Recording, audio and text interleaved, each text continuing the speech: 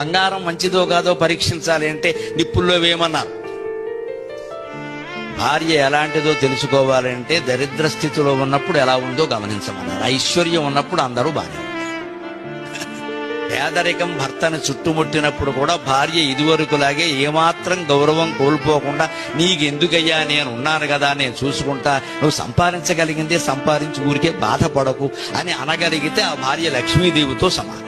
భార్యకు పరీక్ష ఏమిటంటే భర్త యొక్క దారిద్ర్య స్థితి. ఉద్యోగాన్ని కోల్పోవడం దారిద్ర్యం అనగానే ఏదో అనుకోకుండా ఉద్యోగం కోల్పోయారమ్మా. ఇవాళ సాఫ్ట్వేర్ ఉద్యోగాలు ఎలా ఉన్నాయి?